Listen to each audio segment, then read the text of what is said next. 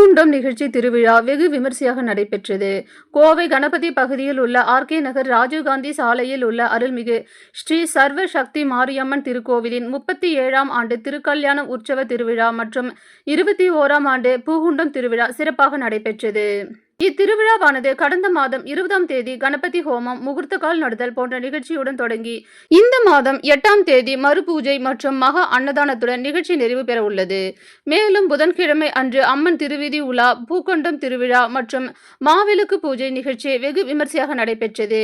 இந்நிகழ்வில் அம்மன் திருவீதி உலாவின் போது ஏராளமான பெண்கள் அக்னி சட்டி ஏந்தியவாறு திருவீதி உலா வந்தனர்.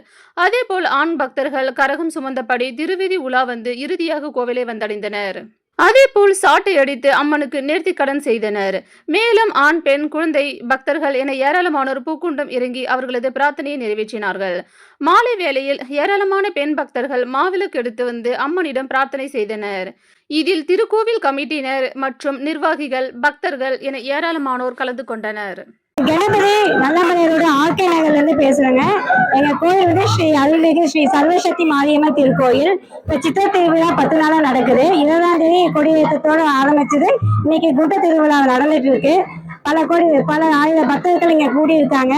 காலையில சக்தி கலவா இருந்து எடுத்துட்டு வந்து முளைப்பாரி, அம்மனுக்கு வந்து பூச்சட்டி, பால்குடம் அபிஷேகத்துக்கு எண்ணெய் காப்பு போட்டிருக்கோம். இப்ப குண்ட திருவிழா நடக்க ரெடியா இருக்கு. நம்ம சக்தி கலவாலாம் லைனா வந்து பல பக்தர்கள் அதுக்கப்புறம் குண்டத்துல இறங்குவாங்க. இது வருஷம் தவறாம சித்திரை மாசம் இந்த டேட்ல தான் இங்க கோயில்ல விசேஷம் நடக்குது. பல ஆயிரம் மக்கள் இதுல கலந்துகிட்டு அவங்களோட வேடலை நிறைவேற்றிருக்காங்க. இங்க அதே மாதிரி இங்க வந்து ஒவ்வொரு நிகழ்ச்சியுமே வந்து சிறப்பா வந்து இந்த கோயில் நிர்வாகம் ஏற்பாடு பண்ணி நடத்தி கொடுத்துட்டு இருக்காங்க. அது வரைக்கும் கோயில் நிர்வாகத்துக்கு எங்க நன்றியை தெரிவிச்சுக்கிறோம்.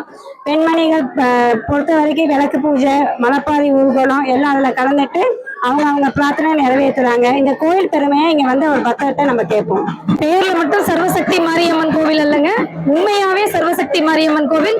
இந்த கோவிலுடைய சிறப்பு என்ன அப்படின்னு கேட்டீங்கன்னா, குழந்தை இல்லாதவங்களுக்கு குழந்தை வரம் கொடுக்கக்கூடிய தாய் நம்மளுடைய சர்வசக்தி மாரியம்மா.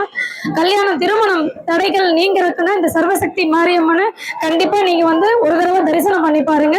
இந்த சர்வசக்தி மாரியம்மனுடைய அருளால நிறைய பேருக்கு கல்யாணம் ஆயிருக்குது. அவங்க எல்லாருமே கல்யாணம் முடிஞ்சு அடுத்த வருஷம் இதே மாதிரி திருவிழாக்கள்ல தாலி வந்து செஞ்சு அம்மனுக்கு வந்து சாப்பிட்றாங்க.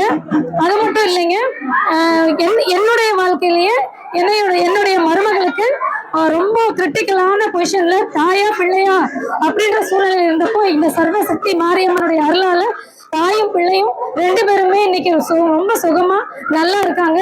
இதெல்லாம் வந்து இந்த ஆத்தாவால மட்டும்தான் முடியும்.